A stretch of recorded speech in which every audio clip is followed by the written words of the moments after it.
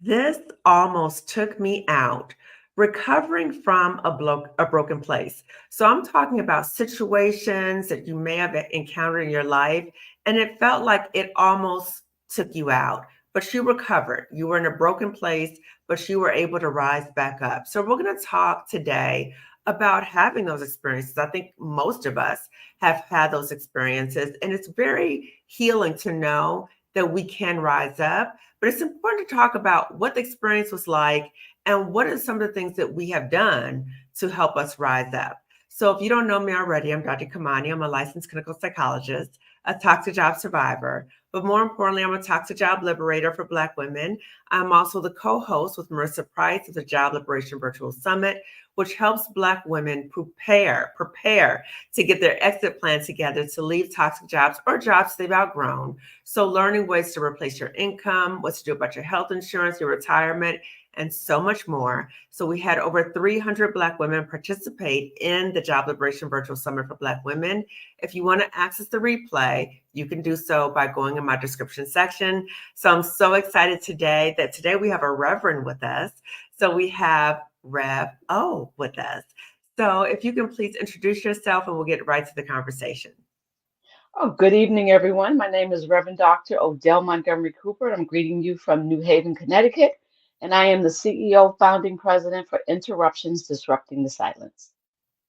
Thank you. And I just want to tell everyone how I met Rev O. So, Rev O was one of the presenters for the National Child Traumatic Stress Network. And we had a presentation. I'm a part of the National Child Traumatic Stress Network, the working group that looks at practice based interventions that the community has identified as helpful and that the community evaluates. So I'm a part of that working group. And so we had Reverend O come present to us, and it was outstanding. And when I heard her testimony, I reached out to her and I offered and I asked, please, can you please come onto my YouTube channel so we can have a discussion? So I'm so honored that she's here today. So, Rev O, so can we talk a little bit about an experience that you've had in your life that it felt like it might take you out? What was that experience? And I know you shared that with us during the National Child Traumatic Stress Network. And I just want to tell the audience that, what we're sharing today is heavy. And again, we many of us have gone through very heavy experiences. So the invitation is, as you're listening to this conversation or you're watching this conversation, that you are really paying attention to yourself. If there's anything that's difficult for you to hear, if you engage in deep breathing or take a step away, just make sure that you're mindful of taking care of yourself. So, Rev O, I'll turn it over to you. Thank you. To answer that question was two, I call them interruptions. It helps me to be able to talk about it without re-triggering myself over again. So the first interruption was losing my son to gun violence. He was murdered by mistaken identity. And that year process of not understanding PTSD, depression, what impact that was going to have on my body, I had a brain aneurysm a year later on his birth date. Wow. And the doctors said, stop praying for her. Just go ahead and plan her funeral because the left side of my body had shut down. And I mean, literally not functioning, no Mm, feelings at all, mm, and that I was going to die. And mm. if I survived surgery, then I was going to be paralyzed and not be able to speak or anything. So he was preparing my family for that. And Wow. if that is the closest, now I've lost relatives and Mm-hmm. I've gone through, I've had car accidents here or there. So not a Mm-hmm. very good driver. But that is the only incident that I knew that if I had peacefully gone to sleep, that I would have died. Wow. So that extreme traumatic event of your son passing and the memory of that, then that triggered the aneurysm. And so the stress, you talked about the aneurysm. Can you speak to some of the other physical, psychological, spiritual impact that had on you as well? Well, yes, what I didn't know until later, that aneurysm is hereditary. So one of the things that we don't do, that I've noticed that we don't do in our culture, is we Mhm. don't share our medical history with our children. Mm. Parents always kept it to themselves. So I inherited biologically a brain aneurysm from my father's side of the family. Mm. And throughout the year of losing my son till I had the brain aneurysm, Mhm. stress. My Mm. body was telling me that, behaviors of anger, anxiety, feelings on the inside of my body that I had never felt before. Mhm. And going through a stressful police investigation, and then just stress and Mhm. behaviors were just not pleasant, and headaches. I could Mm. feel the headaches in my body.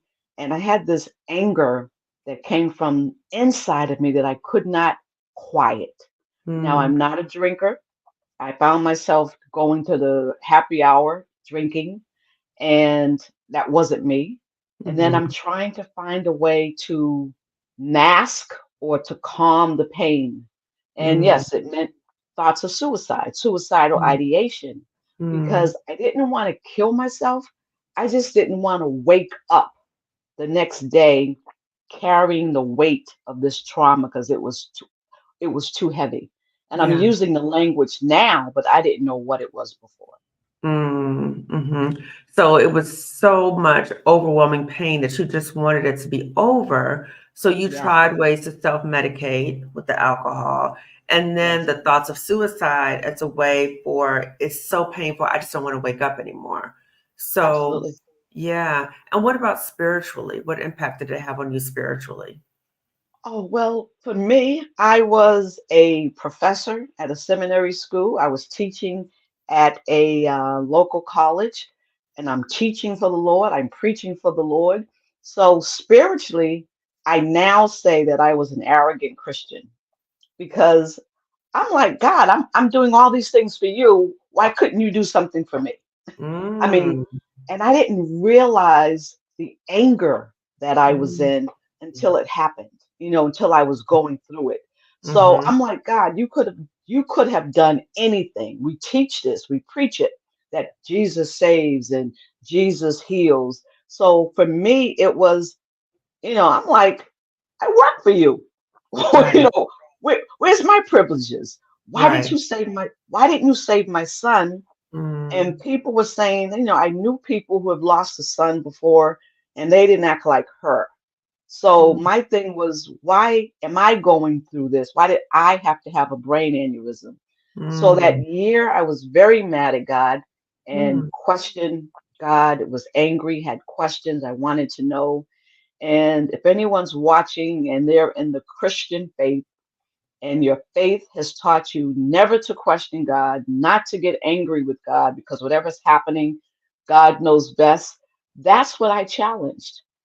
I pushed back because it wasn't helping me to heal, Dr. Kamani. I'm like, Mhm. that's not helping me to heal. That means that God let my son die, that God Mm. let me have a brain aneurysm. And then Mm. that didn't make me want to be with this God because I'm like, what is this? And on the spiritual journey of going through counseling, having Mhm. bishops pray for me, pray me out of bed, pray me through the day, talk with me, walk with me, let me be without Mhm. judgment. I Mhm. was able, after a year and going through that and going through therapy, I was Mhm. able to come to the conclusion that God didn't kill my son. Somebody made an evil decision and took Mm. their life, and God Mm. saved his soul. Oh, wow. Wow. So So you took that's that what process. I had Mhm. to process that spiritually because what I spiritually thought when I was Mhm. told wasn't helping me to heal. So Yeah. I had to reevaluate my faith and what I believed in. And I started asking myself, who told you that? And why do you believe it?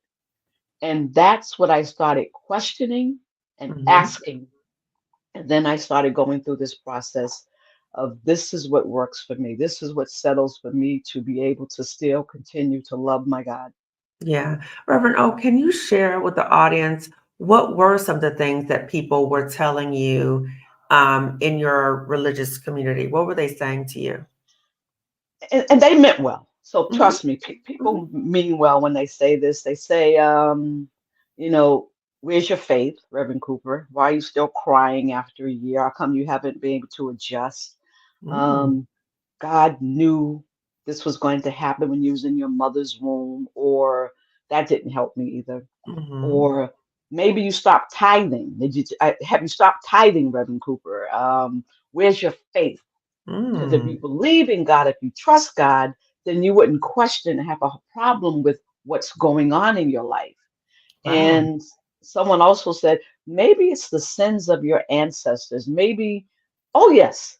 And Wow. that's culturally, we believe that trauma comes from some people in our culture and faith believe that your ancestors have sinned, so therefore you're the ones, this generation, me, I'm paying the price. Mm, mm, Well, that didn't help me either, because if we're in the Christian faith, we believe that we're all sinners. So you mhm, mean to tell me that every generation back never committed a sin? Of course they did, mhm, you know? mhm, But that wasn't helping me to heal because that wasn't the faith that I believed in. I did not believe that wasn't helping me to want to stay faithful in this spiritual relationship with my God and move mhm. forward. So I had to figure that out. But I Okay. knew for me spiritually that if I didn't harden my heart, that God would bless me some way, somehow. I didn't know how, but I Mm, said, someday God's going to bless me. I just don't know how. And, you know, I know your show, you talk about toxic relationships. mhm, I was that toxic person showing up to work, Dr. mm. Kamadi. Please Not share. that I wasn't purposely hurting someone Mhm, or causing them trauma or pain. I had the trauma.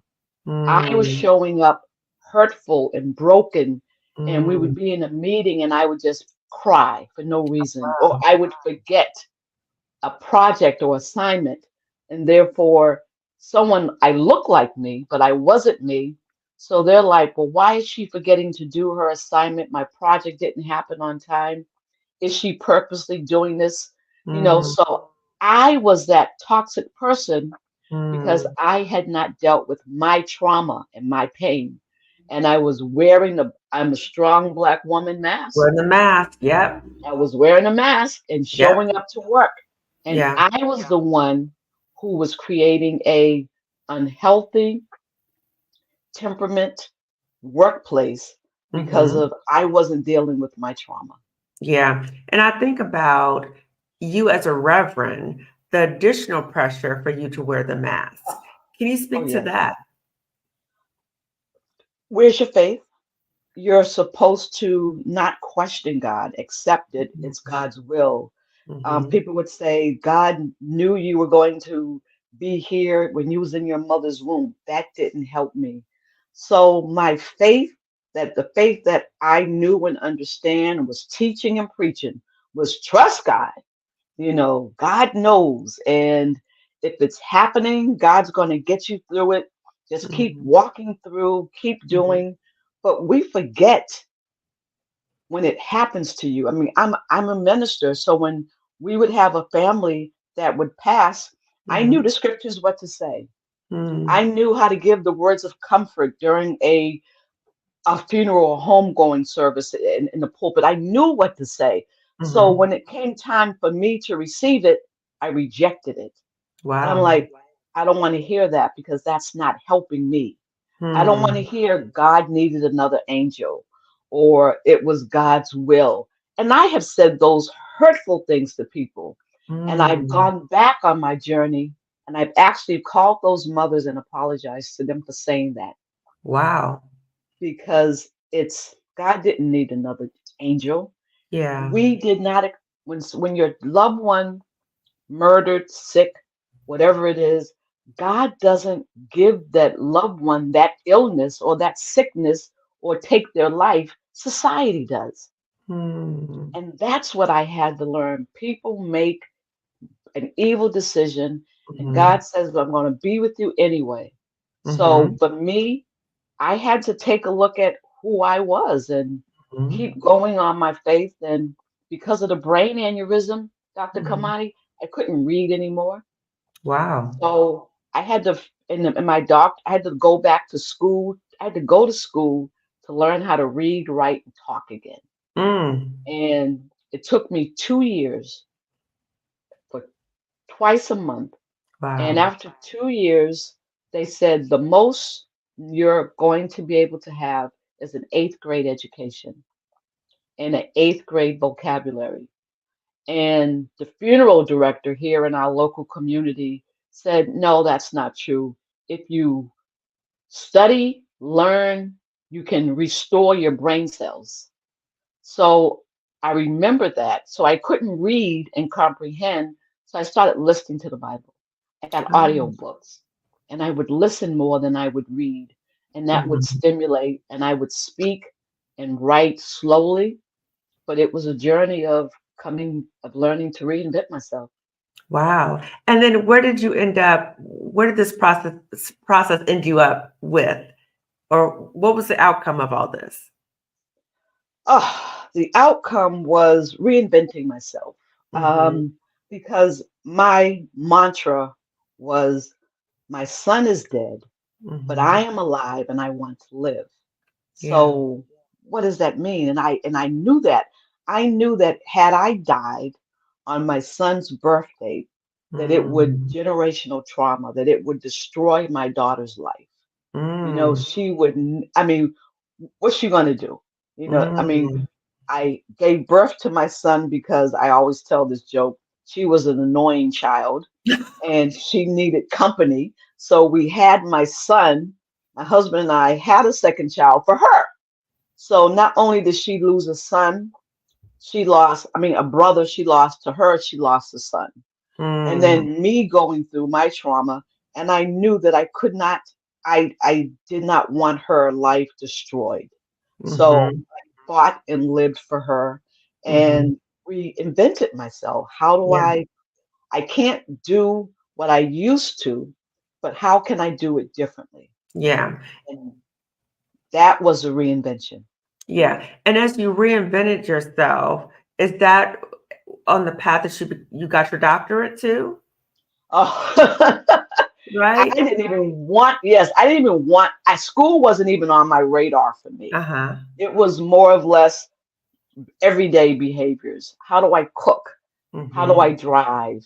How do Mhm. I speak? How do I communicate? I couldn't drive to Boston anymore. I couldn't travel the way that I used to because it was overstimulating. Mm. I couldn't have the lifestyle that I was used to prior Mhm. to the brain aneurysm. Mhm. Concerts, driving, eating. I was leaving food in the oven and almost burnt the house down. Wow. So I had to figure out basic lifestyle for me Mhm. of Mhm. how to live and how to communicate. And I did go to therapy, and I had been in therapy for 7 years, and I was just released this month. Mhm. After 7 years, she You says, "You're graduated good." from therapy. I graduated from therapy. So I have and I don't want to just call them tools. I'll talk about what that looks like. But Mhm. I had to figure out who I was. And then a Mhm. friend of mine convinced me to tell my story.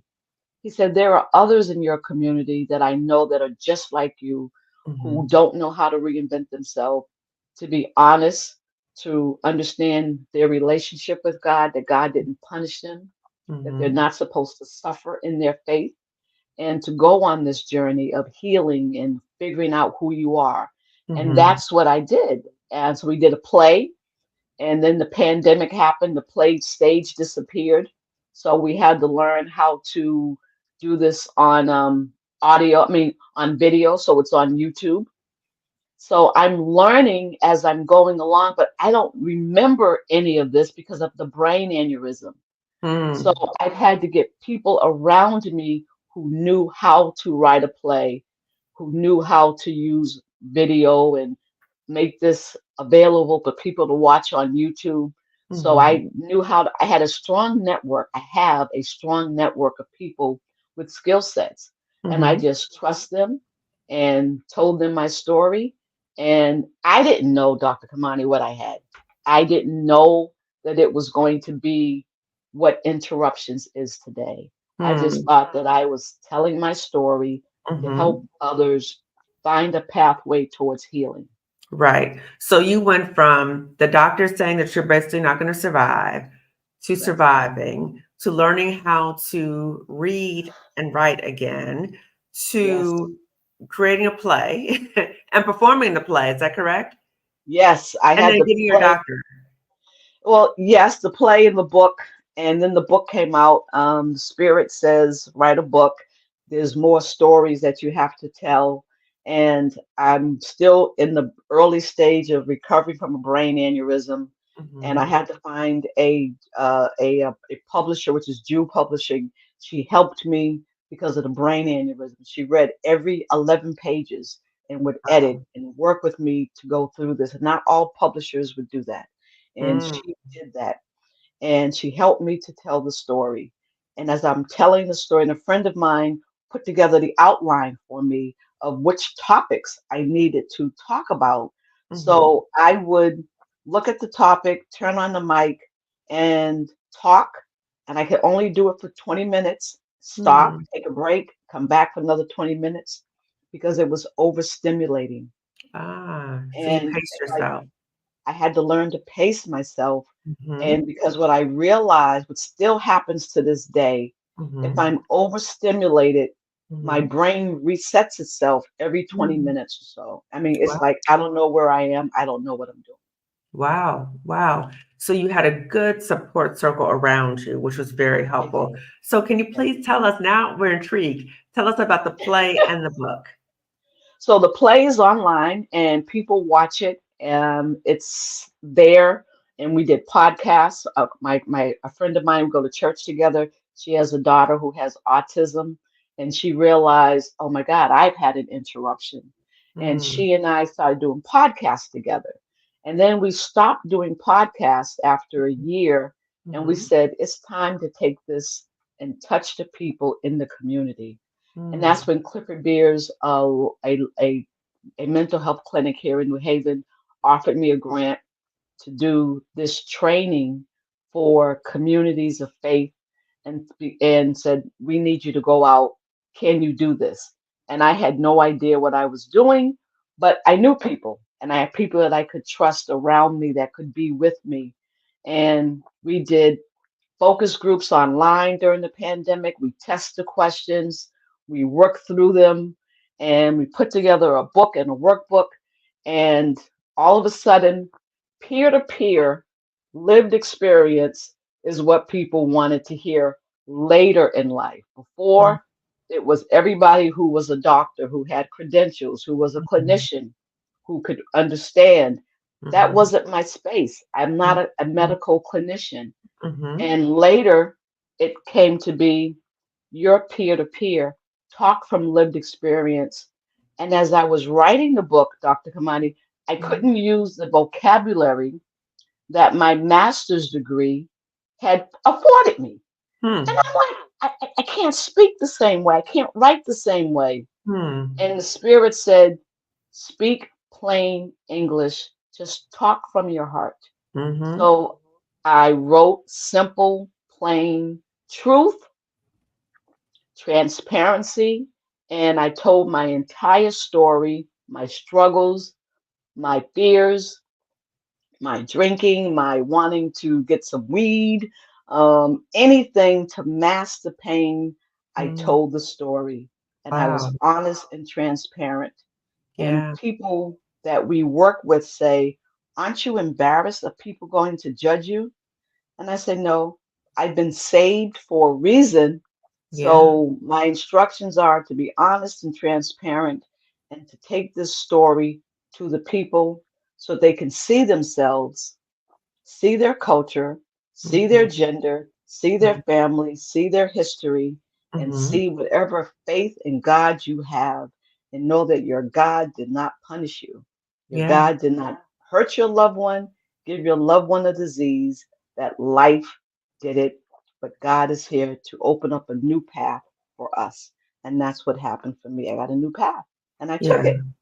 Now that's a powerful testimony of going through so many things that really could have taken you out. And you talked about you got knocked down several times, but you were able Yes, to get up and you start giving to other people as a result of by sharing my testimony that I will be helping to heal other people. And you created a peer to peer model. So it's not just you helping to support people, it's other people supporting. So Yes. that community healing is so important. So, Rev O, can you speak to, because you mentioned about you had your spirituality, you also had therapy.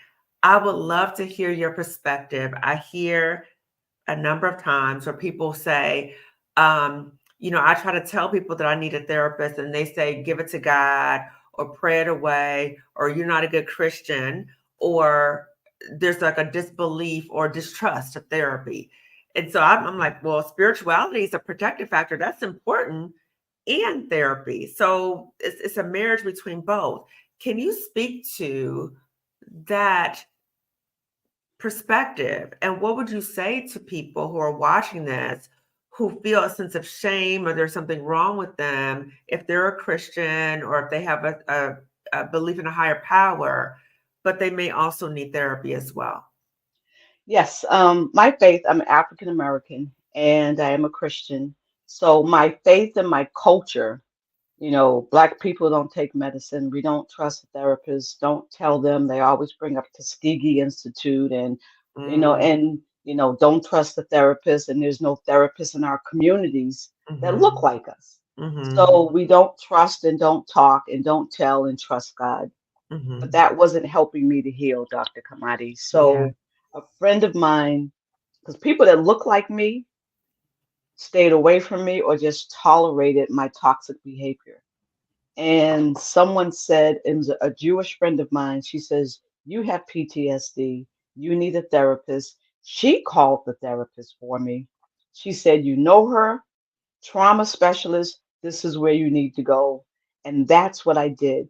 So, Mm, and I had to be honest with her and tell her, my culture says not to talk to you. My mhm, culture says, I don't take medication. You're trying to do this, you're trying to do that. And I said, I believe in my God. mm, So, and I said, if you're going to talk to me, you need to talk to me straight. Don't mhm, sugarcoat it. I don't want to hear clinical terminology. mhm, So her name was Dr. Hadar and Hadar Lumen. And she said, listen, I don't care how much oil they pour on your head on church on Sunday, how many hands they lay on you. You've got to stop drinking alcohol because it's not helping you. So wow. she says, you show Real up here. talk. Real talk. You show up here and Mhm, be honest with me, I'll be honest with you. And I said to her, there are some things that you can answer for me, and then there are mhm, some things God can answer. So I mhm, need to bring my faith into the conversation. mhm, And we worked back and forth. And she listened to me. And when I say tools, it means could mean anything. She mhm, helped me, she gave me the language to understand my behaviors, to understand triggers, mm, when they're going to happen, what to do with them, how to respond to them, why they're happening, mhm. and it's biological. And Yeah. we never looked at trauma before as biological. We were told we can pray it away. So Mm, for me, it was God and therapy, God and medication. I mhm. needed both. Yeah, And I needed both, and I would not be here and without a network of support of yeah. people who had to tell me the truth Yes, about my yes, behaviors. yes, yes. And what would you say that you've seen movement in the Black Christian church about therapy and mental health? Yes. The last 2 years, we've been training interruptions in the Black community here in Greater New Haven area. Mhm. And we've trained over 14 congregations and over 200 and something people. And Dr. Kamani, I can tell you that these pastors have come back and said thank you. They've seen a change in their members. Their Hmm. preaching has changed. They've actually partnered with Interruptions and now have it as a trauma informed ministry in their congregation. People are learning language to go along with behaviors and they're calling it exactly what it is. It's not Mhm. sometimey, it's not moody, it's Mhm. depression, Right. and knowing that it's hereditary. Yes. And we're told not to talk about it, because it came from our slave masters who told our ancestors, don't talk about it. Stop Mhm. crying. Get back to Mhm. work. You're Mhm. strong. Keep Mhm. going. And that's Mhm. what was passed down to us. But we have to realize where it came from and why we do it. And Yeah. I can tell you, I'm now working on a second book, which I never thought that I'd be writing a second book. And I'm telling the stories of the 14 congregations that came through and how interruptions has impacted their ministry, their personal Mm. lives. When I tell you that people have now told their doctors the truth, Mm. Mhm. have gotten the medication that they needed, they're taking the medication, not carrying the depression pill in their pocket, they're Mm. taking it, they're talking Mhm. to their doctor, and Mhm. they're having a different relationship with their God. Wow. That's so powerful because we're talking about all these protective factors. We're talking about help-seeking behavior. We're talking about community. Also, when we think about depression, the best science is, if needed, medication and therapy. So not just Yeah, one or the other, if needed, right? yeah. So that evaluation, that work with a psychiatrist. So you feel like you've seen a shift, right? Big shift. Okay, Yes. good. I didn't know what this was. Mm-hmm. When you asked me about my doctorate's degree, a professor had saw me teaching someplace and invited me to Rome to, yes, invited me to Rome to talk to her faculty Mm, and talk about trauma. And she wow. says, I booked a room for us at the Vatican Library and we're going to have a conversation. I'm like, I'm going to the Vatican? Talk Wow. about interruptions? you know, and I could not believe it. So now I'm in Rome. I'm talking to 15 of her staff members. We're having this conversation about trauma. And I'm Mm-hmm. looking like we've always had church hurt. I'm the Vatican, the church, Catholicism, Right. we've always had That's something church that we don't hurt. talk about. We don't talk We about it. don't talk about it. And I saw it, I remembered it by seeing it myself, and it made a difference. And the Mm. professor said, can I offer you to get your doctorate degree? She said, how can I help you? And I said, I'm here. This is a big help. She says, you're a woman in the Baptist church. She says, I'm sure you're having some struggles. She says, you need your doctorate's degree. I said, one, I don't have any money because I don't have any money, and I can't read because of the disability. I Mm-hmm. can't do it. So Hmm. she said, the next day she came back. She said, I talked to my board, and my board said, we're going to flip it for you. Very small private school. She said, Grace Theological College. She said, we're going to use your book and workbook as your dissertation. We're going to give you a private professor who's going to work with just you, and it was 2 years. And all the workshops that you're doing, give us the data, give us the evaluation, give us the numbers, the work, and we'll just pull it all together. At first, I thought I was just getting my doctorate's degree. And then she switched it and didn't tell me, because had she told me, I would have thought it was too heavy and said no. So my Mm. classes started changing my last year. I'm like, where'd this class come from? I'm just amazed. I'm like, what? That's Yes. crazy. So she didn't tell me until 4 months before I was finished that I had enough credit and enough work and everything that I've done to qualify for a PhD. And she said, here's where you are. So my professor, Bishop Angela, worked with me just one on one in this class.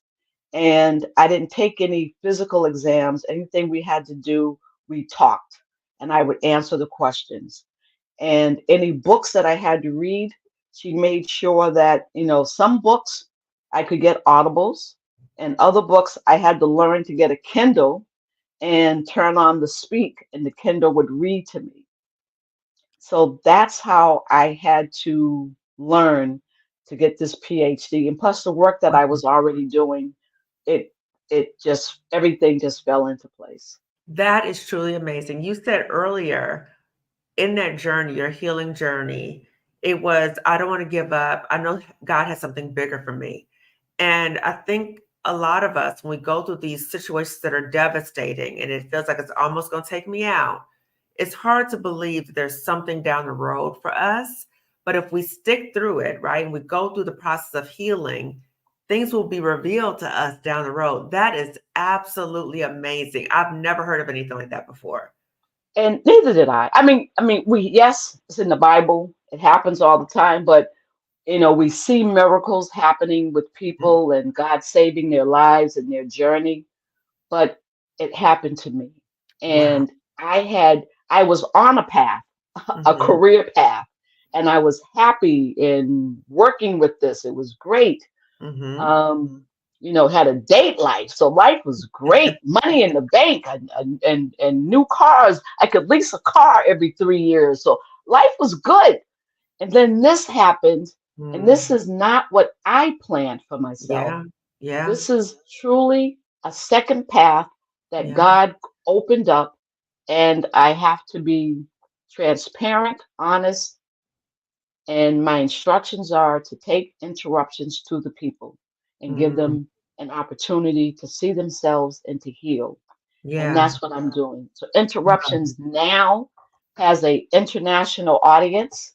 So and people are reading it, they're paying attention.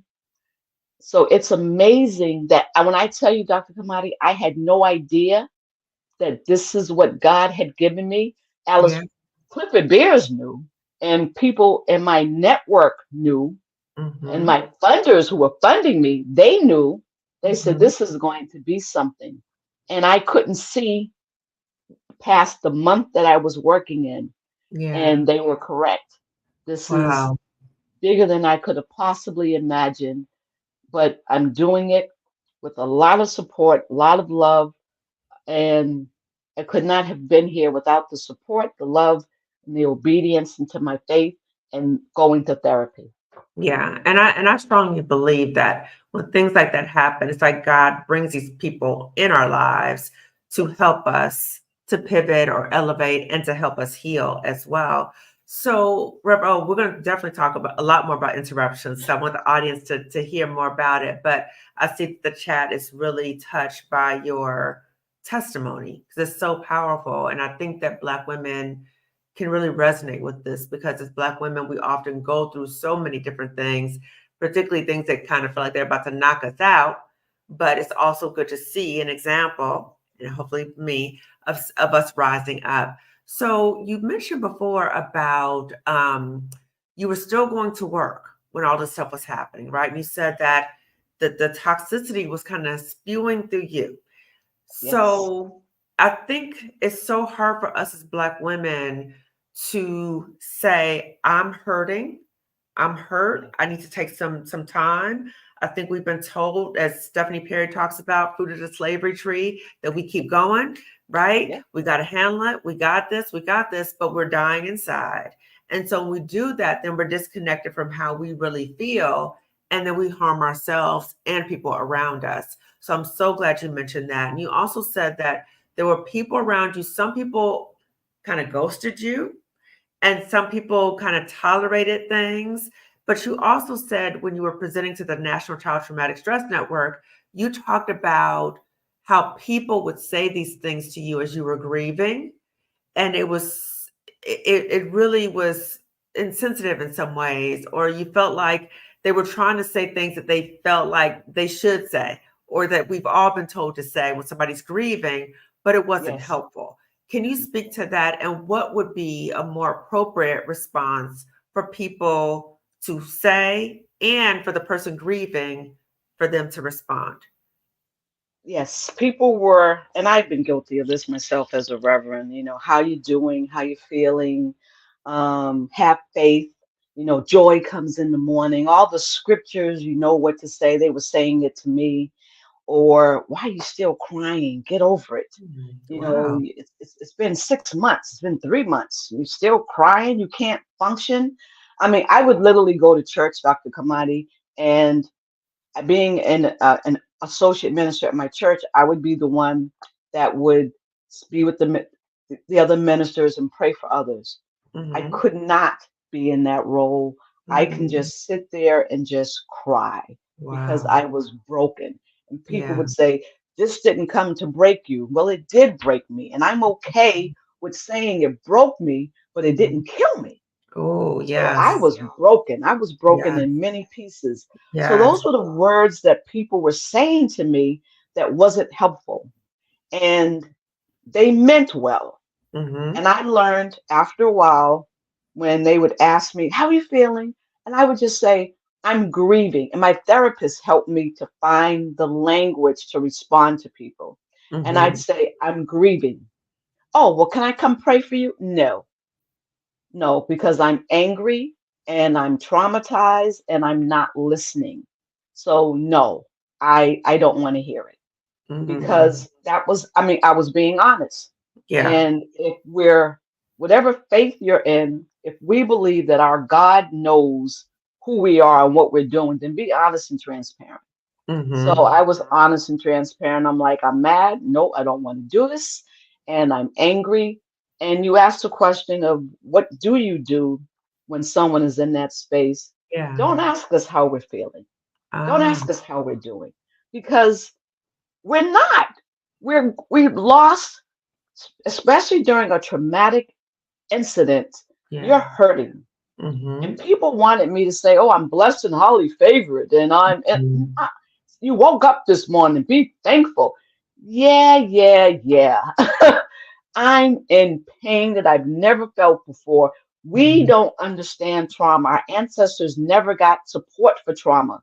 We Mhm. just dealt with it and passed it on You and sure wore the did. black woman mask and said, keep going. And that's what I Mhm. did. But that was the wrong thing to do. Mm. So, what do you do? Just show up and just sit and be in our presence. Mm. And eventually we'll start talking. Let Mm. us talk. Don't give us answers. See if Just we stink. listen. If we stink, we haven't showered. So, okay, that's another sign. If I've been in the same clothes you saw me 3 days, I need some help somewhere. Mm. Have who's paying your bills? Who's taking care of? I mean, little things we forget Mhm. about. I needed someone to just take over all of my finances because I didn't know how to. I didn't Mm. know how to anymore. And people Mhm. didn't realize that. So when you hear people say, why does this happen? I can't believe we're still in that denial stage of trauma and it hurts. So Mhm. when you hear that language, don't say, well, God is going to let us talk. Mm. Let us talk. Quoting scriptures to us in the early beginning is not helpful. Pray Mm. for us, but don't quote scriptures because we are in a traumatic state and we're not listening and we don't understand where we are. Yeah. Yeah. You can tell Yeah. us to talk to your God, but Mhm. some of the scriptures, just pray for me. Yeah. Just pray, pray, pray, and tell me go see your doctor, take your medication. Are you eating? Did you shower? Little things like that will get a person to start talking, and you'll Mhm. see. One of the things that people forgot to tell me Mhm. was to continue to go to the doctor. Mm. I was seeing my medical doctor, but Mhm. I forgot about a gynecologist, forgot Mm. about a dentist, forgot about an eye doctor. Mm. So all these things are important. And Mhm. if someone's in trauma, we don't think about it. So I Yeah. didn't see an eye doctor for 3 years. Wow.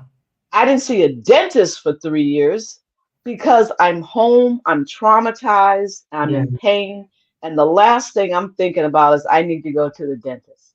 Yeah. But Yeah. these are the things that we need people in our life to help us with, to Mhm. keep us on track. And even for a woman, manicure or pedicure, Mhm. you Every now know, and then. Yeah. every now and these are things that I did not do. I didn't move my body. So I had to learn how to Mhm. move my body again. I Mhm. had to go to a gym and I had to get a trainer and he taught me how to, I showed up at the gym and I couldn't even lift 5 pounds. Mm. So I Wow. all I had to do was motion without weight, just to Mhm. remember. And then I would forget, oh, five, okay, oh, I couldn't count. So I would just have to, he would watch me, okay, stop, right on, Mhm. which one's my right? And I would actually forget left and right. But Mm. if you're not having patience with people who are going through a traumatic event and Mhm. had some type of brain trauma, Mhm. it's devastating. And Yeah. we look like us, and I look like me, but I Yeah. was not me. You're a shell of yourself. And I think it's difficult too because the trauma has happened. And then you feel like you have to mask with everybody. And then they're telling you these things and you feel worse. But then you have to pretend like what they're saying is helpful and it really isn't. So then it's That's even more correct. isolating. And, I've heard my clients talk about when they've lost somebody close to them, some similar things. Are you still crying over this? Why are you still crying over this? Like you need to move on, or why are you going to the Yes, cemetery to visit? Like, you should just yes, move on. And so it's a sense of almost shame and a sense that this person doesn't really understand me. So given that language is so important. And thank you so much. I see in the chat, people are saying thank you for the healing language because we want to help and support. Or this one that I hear a lot, call me if you need anything. yeah. We're Yeah. not going to do that. We're not Right. going to do that. Right. I had family members who had to be honest with me, and my doctor said, "Listen, you're not going back to work. Brain aneurysm. You need to accept the fact that you need to reinvent yourself." And it was Mhm. my doctor that said, "You need to reinvent yourself. Find something that you enjoy doing and do it." So Ah. that's when I looked back at my life and Mhm. said, what do I enjoy doing? I always enjoyed being an educator, helping to improve the people's quality of life. I knew leadership development. And those are the three things throughout my entire career that I Mhm. enjoyed doing. So those are the skill sets that I brought forth, and I had to reinvent myself and do them differently. And this is where Interruptions is. I have a team of facilitators who help train, and I didn't hire them. They came through the training and said, I want to be a facilitator. I want Wow. to help. How do I help you tell this story? Yes. So they all had some type of lived experience. We all had a trauma and lived Mhm. experience, Mhm. and they've seen the miraculous change, and being honest and recognizing it and knowing what to do, having the language to identify these behaviors and Mhm. knowing how to help someone. So I have a Mhm. team, and it's what we do together. One of the Yes. things that Joanna has said is, if this is you now, who were you before the brain aneurysm? Oh, wow. So Right? so if you can do this with a brain aneurysm, she says, who were you before? But it's amazing that I could not, this was in me, but Yeah. it's a man's world. Yeah. So men will let you get so far and you can Mhm. only do so much. Mhm. And here I am, president, CEO of my own company, mine, you know, grant funded. I'm doing training. I have a team doing leadership, international speaking with you and your audience. This is Given not a gift of anything getting I a could have done. PhD, getting a funded PhD. I mean, just all these different things will kind of come your way. But I think that was Yes, an example of like when you're aligned with what God wants for you and you walk in that path, these things will start coming to you. But I think maybe before the aneurysm, you may have had these things within you, but you were on a different path. So yes. your path was pivoted and now you're living in a different way. So can you speak to us? Because that's another example of the power of our own stories and how that helps to heal other people. So can you tell the audience a little bit more about interruptions? What is it? You said it was a peer-to-peer model. Can you just explain briefly what is interruptions? Interruptions is my story. It's my story of my journey, my early years in life, so that you can see yourselves and how, when you look back at your life, you don't say, don't throw the baby out with the bathwater. You take pieces of your past, you bring them forward, and what doesn't work, you discard it. and keep moving. So, Interruptions is a peer to peer emotional wellness ministry or training model, however you want to look at it. And it's designed to help us to understand language and behavior of trauma. And it's not just grief, this traumatic grief is a totally different language and behavior. Grief you can grief you will learn to get over. Trauma is biological, sometimes it's inherited. And you Mm-hmm. have to know how to deal with it, what to do, and then you're going to put your faith on top of that. So it is a faith model. And for those who are not Christian, we call them sacred texts. And we unpacked it and look at the story to understand, where is God in this story? Where was your God? How does your God show up in this story? Mm-hmm. And we talk about behaviors in interruptions. It's a 8-week model. We are 25 people in a group, small group, and we break them up in small groups. We have group conversations, we have community conversations, and we go through 8 different topics. We talk about interruptions. Mm-hmm. People started thinking interruptions was just losing a child. And then we had to go, no, interruptions is you got married, you got divorced, you got a new job. You're working from home now. Your kids are gone to college and you're home alone. You had to cut your hair because you're in a different phase of your life. You're anything that interrupts your flow, your daily pattern of life is an interruption, good, bad, and indifferent. And Mm-hmm. how do you deal with it? We Mm-hmm. talk about trauma. We talk about the homegoing service. In some cultures, they're now called a celebration of life. Mm-hmm. So when I refuse to call a celebration, I refuse to force a family to call it a celebration of life when their child was murdered at a young age. Yeah. It should be a homegoing service. Yeah. And you Yeah. should have the right to mourn the loss of a loved one in church. Yeah. And that's where the rubber hits the road. We talk about that, how difficult it is to say, oh, we're going to celebrate their life. And the family wants to cry. Yeah. And we Yeah. don't allow them to mourn and to cry. We tell them not to. What So is we that talk about? about What that. is that about? What is that Hang on one about? second. I can Okay. get back to that Okay. one. Okay. So we talk about trauma and getting Mm-hmm. help. I'm looking at my list. We Mm-hmm. talk about social justice, our Mm-hmm. community, having a Mm-hmm. network of support, your Mm-hmm. faith and spirituality, and resilience and emotional wellness. So those are the 8 models that we talk about. We've been credited by the National Association of Social Work, and students will get, not students, graduates get 12 CEU credits when they complete, I know, when they complete the course, because it's language to It's help amazing. them to understand families that they're dealing with, to understand those behaviors, especially if there's a faith Bible, a Torah, a Quran, something sitting on the table. You've got to be able to help them to understand what's their faith saying to them about their healing. Yeah. And I'm sorry I interrupted you. I'm sorry. I'm No, so you sorry. had a question for me about when I was Ye- talking about the homegoing service. Yeah, and the pushback sometimes about not crying at a homegoing or a funeral. What is that about? I remember when I was 17, my dad passed away very traumatically, and the message to me at 17 was don't cry. Yeah. What is that about? Slave mentality. Our slave language was don't cry Mm, because what you gonna do? What you crying mhm, for? It's a sign of weakness. mhm.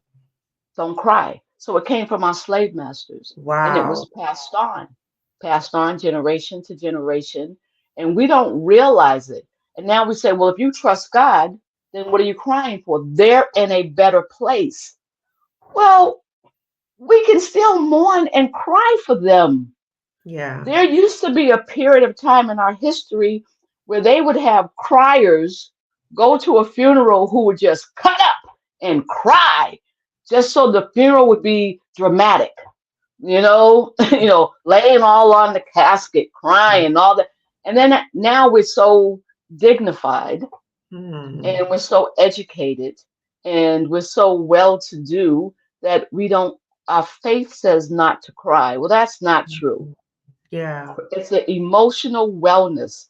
If the person who has passed away Hmm. deserve your tears, then cry. Yeah.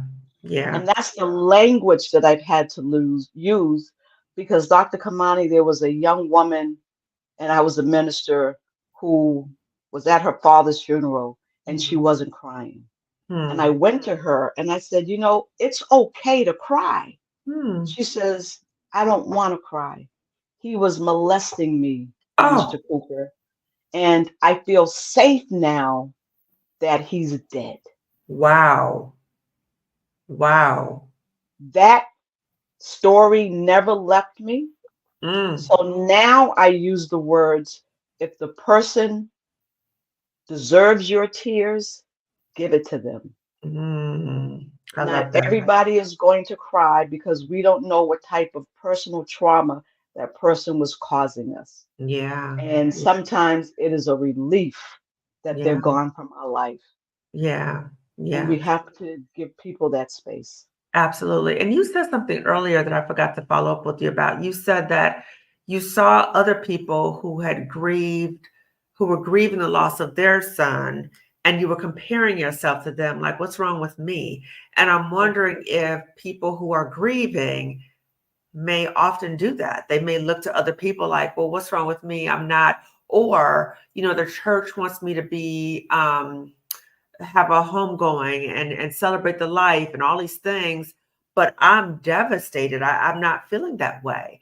What does that do to someone in being in that state of deep sadness, but feeling like they're comparing themselves, but feeling like they can't even say that? You know the book, The Body Keeps the Score? Yes, yes. And it's a true story. You know, it's a true book. And what I've learned is that if we suppress our pain, our Hmm. grief, it will show up in our bodies. Yes, it will. It will show up in sickness, stiffness, stress, in our Hmm. bodies, in our legs, an Hmm. ulcer.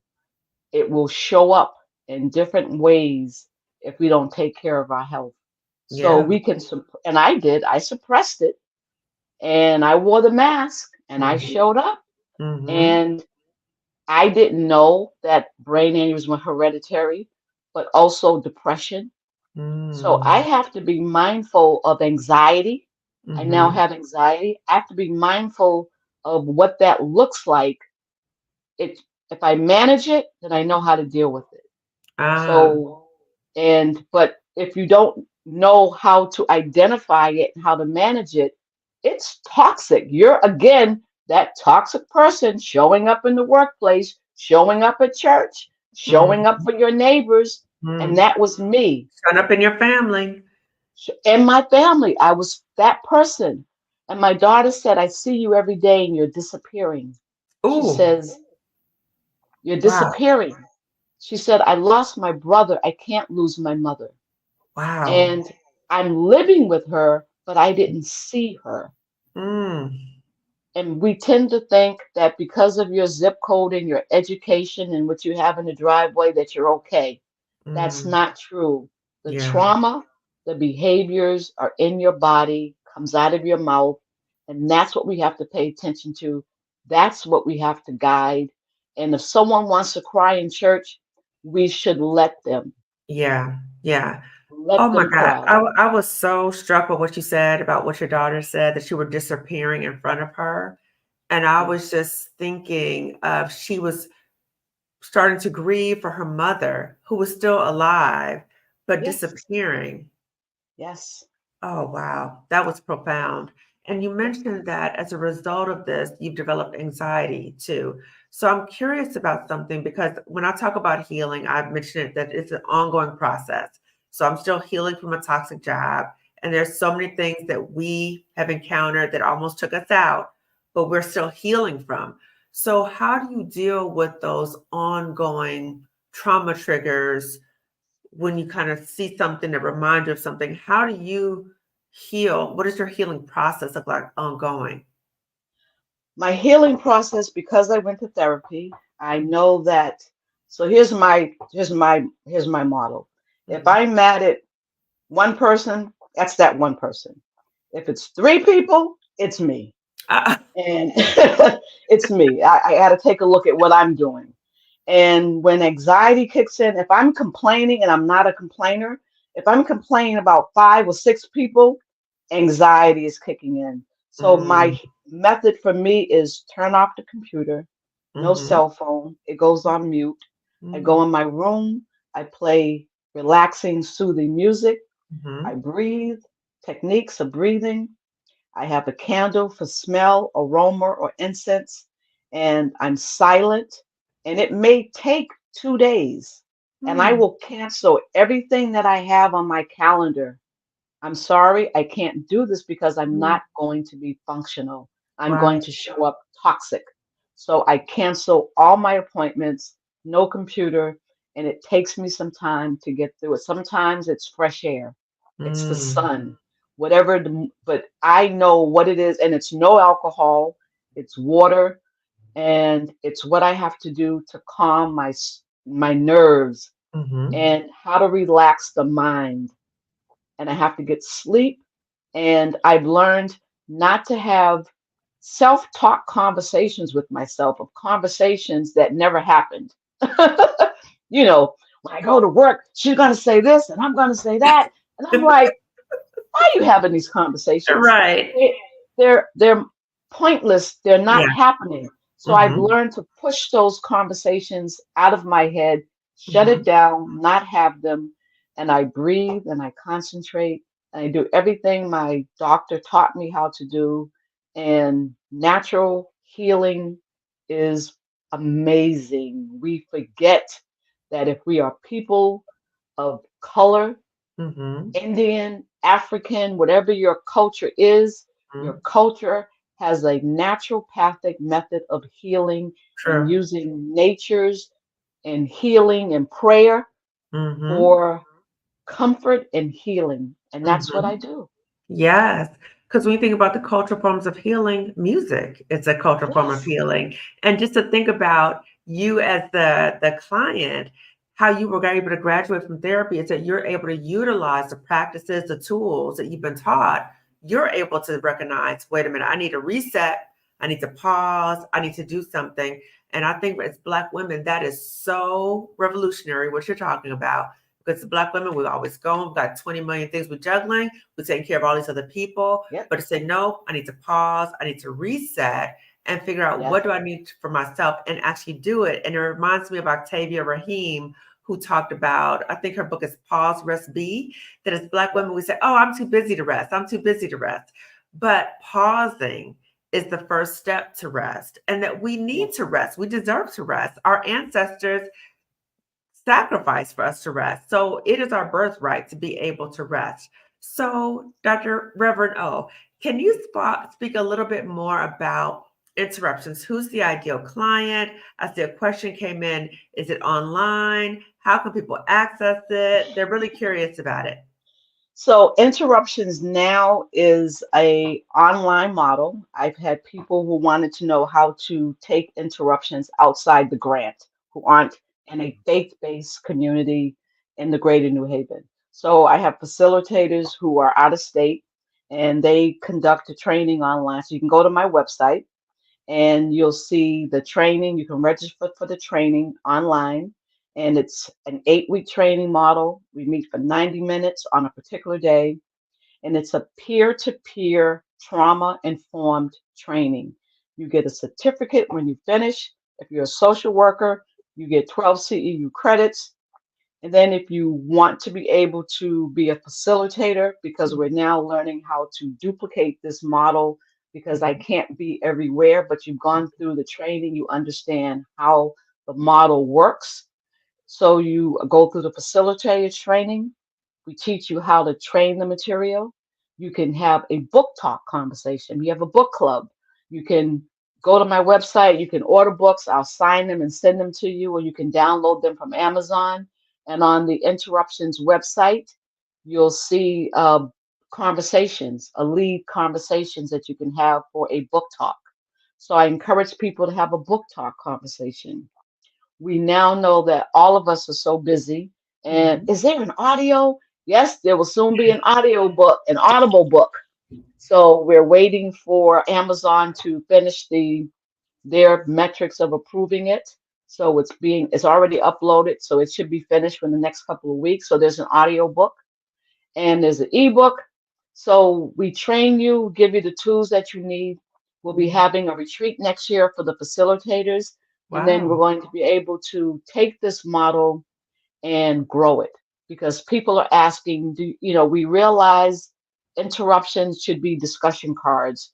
for adults to have conversations. Mhm. How do you help teenagers now, young people, have this conversation in school when Mhm. they lose somebody Mhm. versus go to the funeral, now come back to school and you're supposed to be okay. They're Right. not okay. They're Right. angry, and we Yeah. don't know why our young people are angry. Yeah. So we're creating discussion cards, a curriculum. So, and I have people who international model who the hours are different. So we're looking at growing the interruption brand so that it meets the US and international model. So it is available on our website. You can register and be updated on our activities and resources that are available. But yes, anyone What can is go your through it website and so I can put it on the screen? interruptionswithoutwalls.com. Without Yes. walls.com. Okay. So everybody, I'm going to put her information, the website information on the screen, but it will also be in the description section. And I see a question came in. When does it start? So And we your just contact. Uh-huh. we just we had an October training date. No one signed up for that. So we're getting ready to shift the training schedule and open up another round of training. So just email me, tell me that you're interested. My email address is up there. And you can email me, and we're going to start another training that's going to be virtual. And my trainers are all set and ready to go and be prepared for training. This is powerful. So, Rev O, as we're starting to wind down, and then we're going to read the community chat. What would you say to a Black woman who's watching this right now, and she is in a situation where it feels like whatever she's going through right now is about to take her out? What words of wisdom can you offer to her in addition to therapy? And we also know that if she's in immediate danger about suicide, that contact the Suicide Prevention Lifeline or go to the emergency room or call 911 and let them know it's a mental health emergency room. And the Suicide Prevention Lifeline number is 988. So it's 24 hours a day, 7 days a week, National Suicide Prevention Lifeline number. You can call or dial 988. So, Rev O, what words of wisdom could you offer to her? One, Facebook is not your therapy. Social media is not your therapy. Um, Find someone that can give you some professional help. Mhm, Sometimes our healthcare plan doesn't include it, but mhm, there are NAMI Association for Mental Institution, NAMI.com. They have online training workshops that are at no cost, peer to peer. Take advantage of those trainings. I'm on their board here in New Haven. Tell your doctor the truth. mhm, Be truthful about who you are and what you're feeling. You don't have to wear the mask. If you're not, if you're not blessed, I mean, you're still blessed. You still love the Lord. You still love your God, but you're mhm, having a bad day. mhm. It's okay to love your God and have a bad day. Be Right. honest, be truthful, tell your doctor the truth, stop drinking, understand your body because your body is telling you what's Mhm, going on, mhm, and listen to the people around you who are telling you your behavior is different, your language is mhm. different. Yeah. Listen, not everybody gets it. And it may be someone that doesn't look like us. The person that got me into therapy did not look like me. The Mm, people that look like me told me to get over it mm. because that's what we're supposed to do. Trust Yeah. God, get over it. And someone said, you need a trauma specialist, you need therapy. And then I Mhm. was telling my doctor the truth. Yeah. And that's what we talk about in the interruptions training.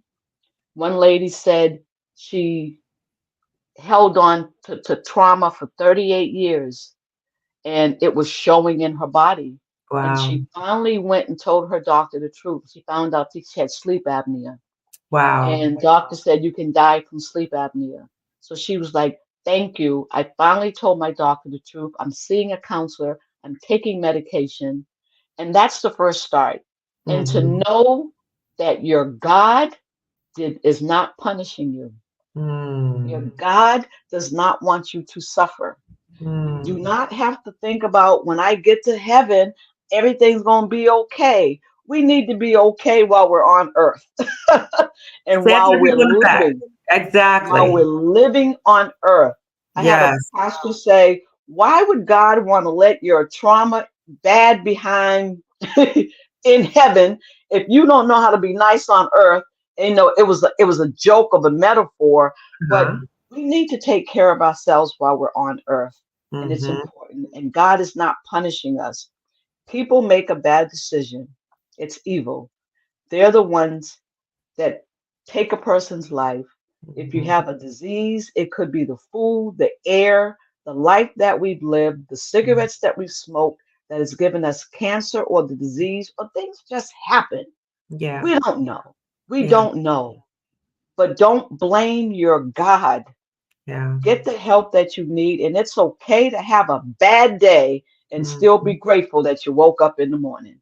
I so appreciate that. And what's something else I appreciate that you said that I never really heard people talk about, particularly not on this channel, is being angry at God about things that might happen and being able to say that and work through it without feeling that sense of shame. That's not something you should do. No, I mean, if you're in a relationship, then God knows anyway, right? Mm-hmm. If we Mm-hmm. say that our God knows our behavior, God knows everything, God knows that you're already angry, so why lie? So why Mm-hmm. hide it? So God, I'm not disrespectful. I don't go cursing God. Right. I got my limits. But it's Yes. like, I'm not having a good day. I need to know what's going on. And I'm Yeah. mad that you did this. Mm-hmm. And basically, the response from God was, I saved a soul and I saved you. Oh, And I'm wow. like, ooh, you did. Wow. So, okay. Wow. And And let me, that's all God promises. yes. And if someone else lives or survives a gunshot, a disease, it's grace. Mm-hmm. So, Mm-hmm. yes, we compare ourselves, but our relationship with your God has got to be your personal relationship. You have to have one for yourself, not through your pastor Right. and not through a relative. And Dr. Kamani, I run into so many people who say, well, my pastor won't let me, or my pastor hasn't given us approval to have this conversation, so I can't. Wow. And then I have to step back because interruptions is not for them because they still have the slave mentality. Massa, can I breathe? Massa, can I Wow. do this? But they Wow. don't realize that that's their mentality. But we Right. have a lot of people who are like that. And some pastors still want you to come to them so that they have the power and the authority of healing and saving. But your pastors, if they're not a psychological, clinical professional, they can't help you. They can pray for you, but they Mm-hmm. can't diagnose you and give you the mental, psychological help that you need. Go see your pastor and a doctor. Yeah. Do both. Yeah. So the role of a pastor is to uplift and to support, but not for you to get permission from. Is that correct?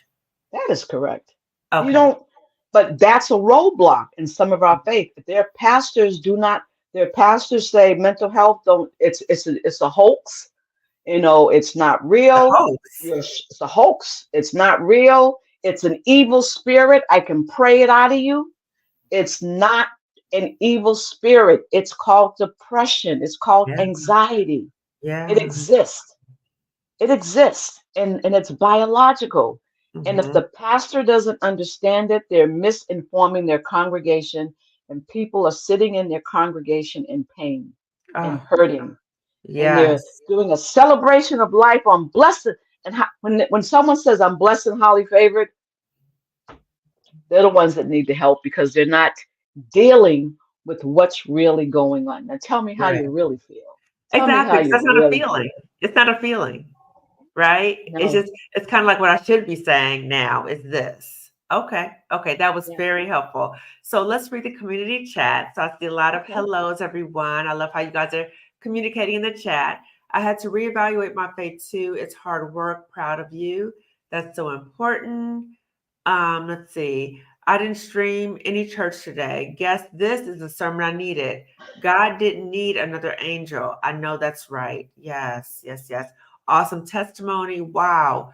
Post traumatic growth. That's exactly what you went through, is that you went through something traumatic, or two very traumatic things, and you grew from that experience. Not only did you Yes. grow, but you started healing a whole bunch of people as a Yes. result of your post traumatic growth.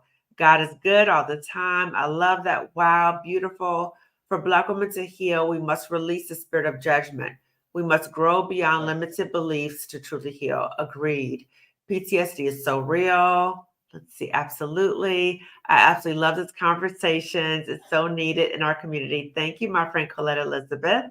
God and therapy. This is so important. 100%. Dehumanizing. So true, Marissa. Amen. Wow. I'm in awe. Amazing. Reverend O, you are truly blessed and highly favored. Okay. Her testimony is so amazing. And Sis Harriet, it inspired me to finish. Thank you so much for this conversation. So I want to speak up my friend Colette Elizabeth. She was kind of debating about finishing her dissertation, and she's saying you're inspiring her to finish it. So thank you so much. Thank you. Good. Just find a Okay, we different don't. way. You Yes. said what? Find a different way to get through it. You can do it. If it's for you, you can get through it. You just have to push through it. Yes. If I And I can do it, it You can can do be it, done. sis. And sis, I'm here to support you too, for real. Okay. Often we don't know what to say. We need healing language. What is the right question to ask? I think we covered that.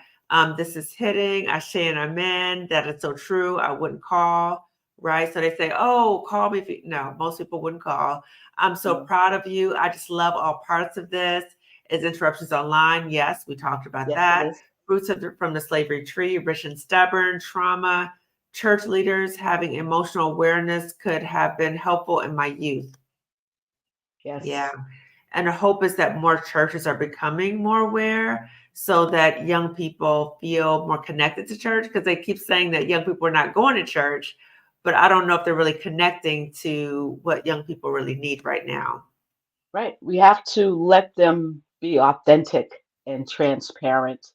And if they're angry, don't just blame it on the generation.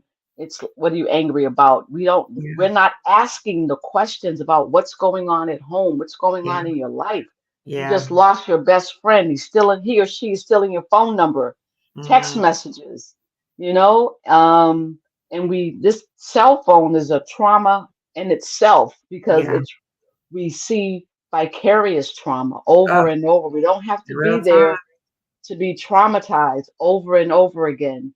And we just have to be able to talk to them in their space, in their language, and Hmm. let them talk. And that's Yes. what we don't let them do. We don't let them talk.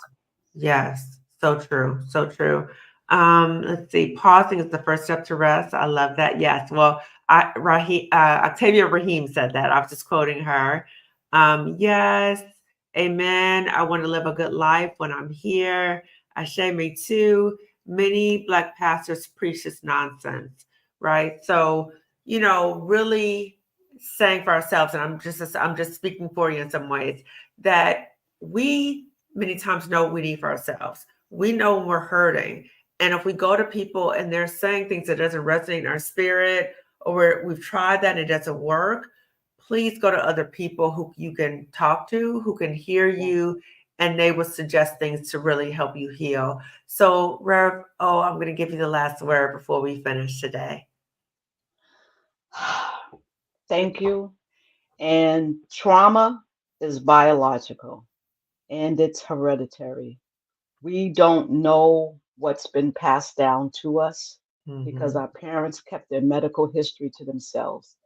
Tell Mhm. your children your medical history. Know what's inside your body, what you're passing on. This generation, we're passing down trauma. Look it up. Look up epigenetics. It's genetics, it's in our Yep. DNA.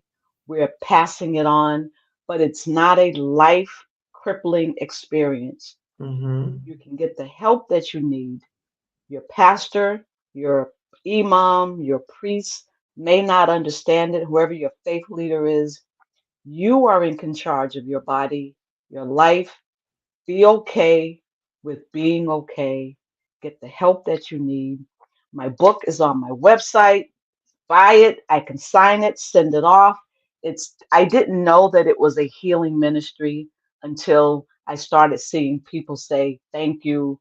I saw Mhm. myself. You gave me the language." It's a healer. So it is a healing tool, and Yeah. I'm going to be obedient and do what God told me to do.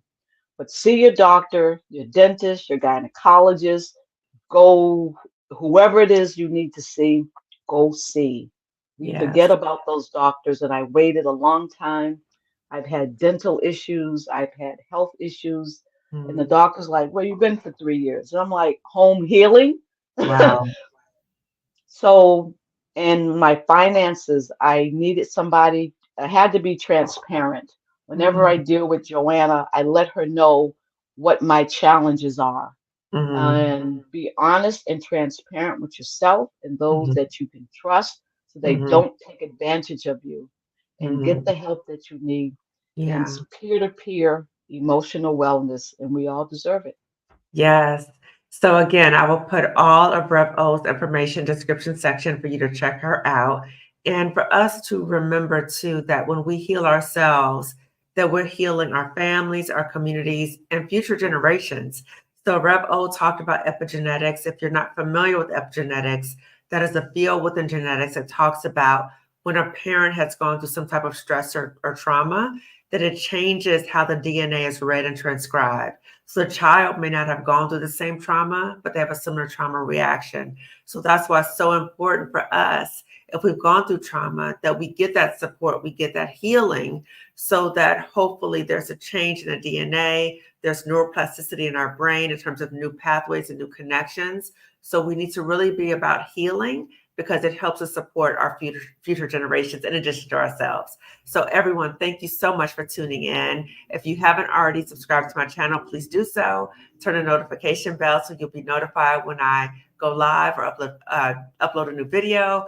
Also, give this video a thumbs up and please share this video with at least Yes. 2 other Black women. Okay. So thank you Thank so you. much. Thank you so much, Rev O, Thank you and for having me, everyone Dr. else. Imani. Yes, I will see you all later.